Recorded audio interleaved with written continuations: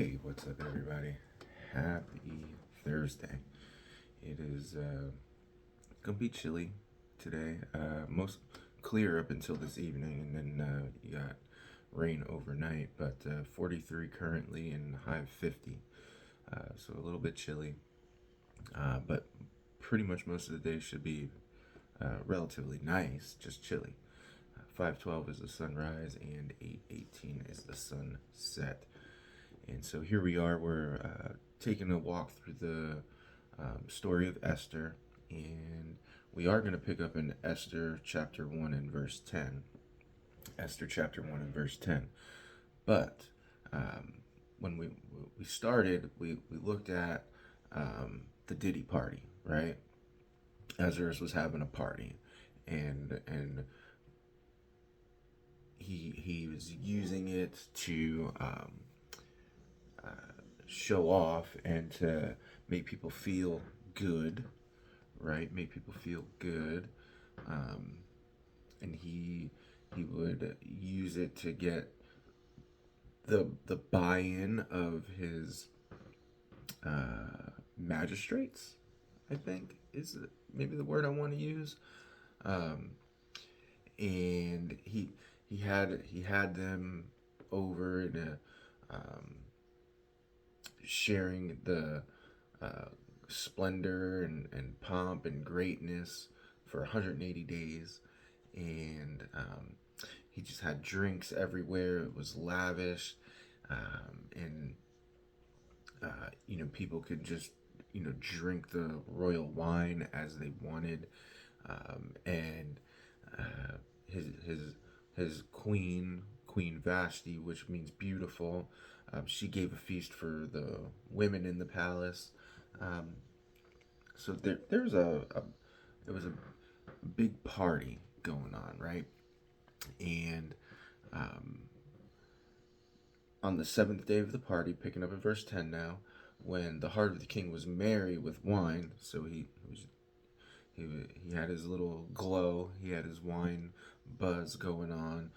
He commanded Mehuman, Bitshtha, Habana, Bigtha, and Agbatha, Zethar, and Carcas, to the 7 eunuchs who served in the presence of the king, Ahasuerus, to bring Queen Vashti before the king with her royal crown in order to show the peoples and the princes her beauty, for she was very lovely to look at. So they're at the party. He's showing the different peoples, meaning people groups, right? And the princes, the rulers of the different provinces that were in attendance, the beauty of his wife. Okay, he wants to show her off. He wants to let everybody look at her splendor. Okay, and he wants to kind of show off what is really only meant supposed to be for him. Okay, and if that's his queen wife, right? He's not supposed to be showing her off to anybody. That beauty is meant for him. And verse 12, but Queen Vashti refused to come at the king's command, delivered by the eunuchs. At this time, the king became enraged, and his anger burned within him. Men, this is good. This is a good place to stop for a second. So what is our woman for, right? What is our woman for? Now he's using his woman here for political and social elevation, right? So would I say a pride of life thing, right? And pride of life is um, a lust of the world, right? Lust of the flesh, lust of the eyes, and pride of life. Those are that's the flesh. It's the carnal spirit behind the enticing of the world, okay, that we fall to. And so he's at this party. Actually, he's hosting. He's not at the party. He's hosting the party, and he's using it to um, gain prominence and buy-in amongst the different peoples and princes of his kingdom, huge kingdom, from Ethiopia to India, right? And he's using her um, to show off and to persuade these men to want to buy into, want to think they can have something so beautiful as this, and this is the dream, this is the hope, this is the the same thing Diddy would do. He would have these uh, beautiful women and sex workers at these parties, and with aspiring artists, and teasing them really into this dream of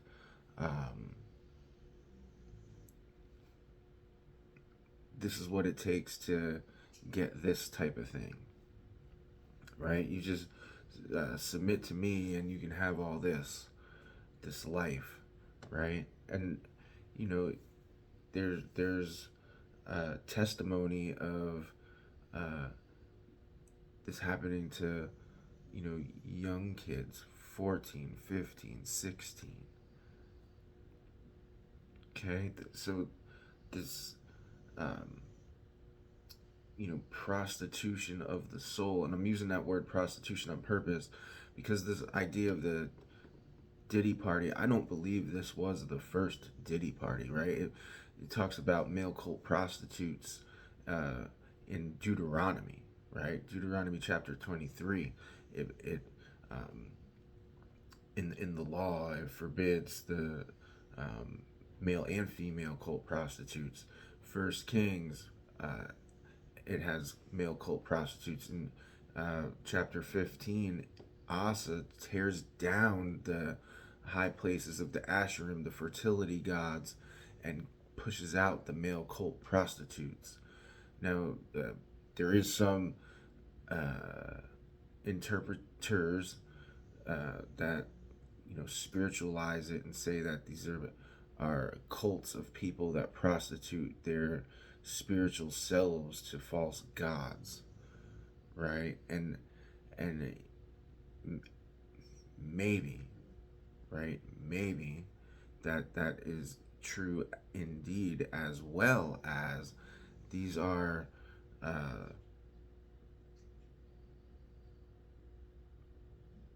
men who have either become eunuch, born eunuch, whatever eunuch, castrated themselves and let themselves be had, I guess. This stuff is terrible, right? So, but the idea of and going to the temple of the Asherim, the fertility gods, and getting with the cult prostitutes, man. Like this. So this is, I don't believe this would be the first Diddy party, so to speak. But that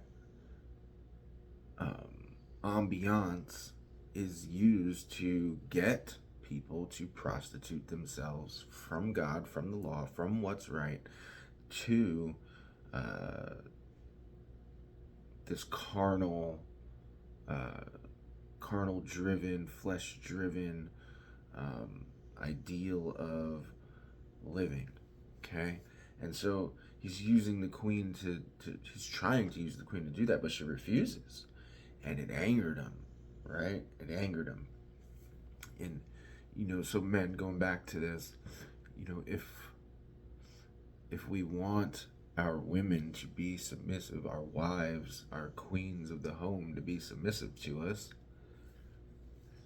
right? What are we working within the constructs of God's um, structure for a marriage and a home, right? And are we using her as per the scriptures say as a helpmeet, as our wife is supposed to be,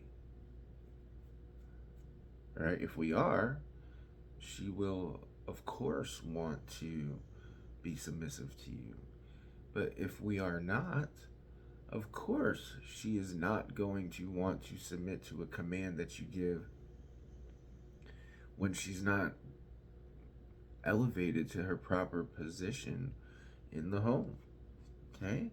And here she is not. She's actually being, even though he wants to show her off and it seems like an elevation, it's a lowering of her status as his wife. She's not to be showed off to the peoples, right? She's not, that's not for them. Her beauty and splendor is for a gift from God to him. My wife's beauty and splendor is a gift from God to me. And I'm not sharing that. I don't want to, and yes, I want her to, feel like she's looking good and put on her little makeups and all that stuff when we go out to dinner. Our anniversary's coming up. We're going to go out to dinner. She's going to have her little hair curled or whatever she does. And it's gorgeous. It's beautiful. And, she wants to do that. I'm not going to forbid her from doing that. And that's for her and for me. It's for her and for me.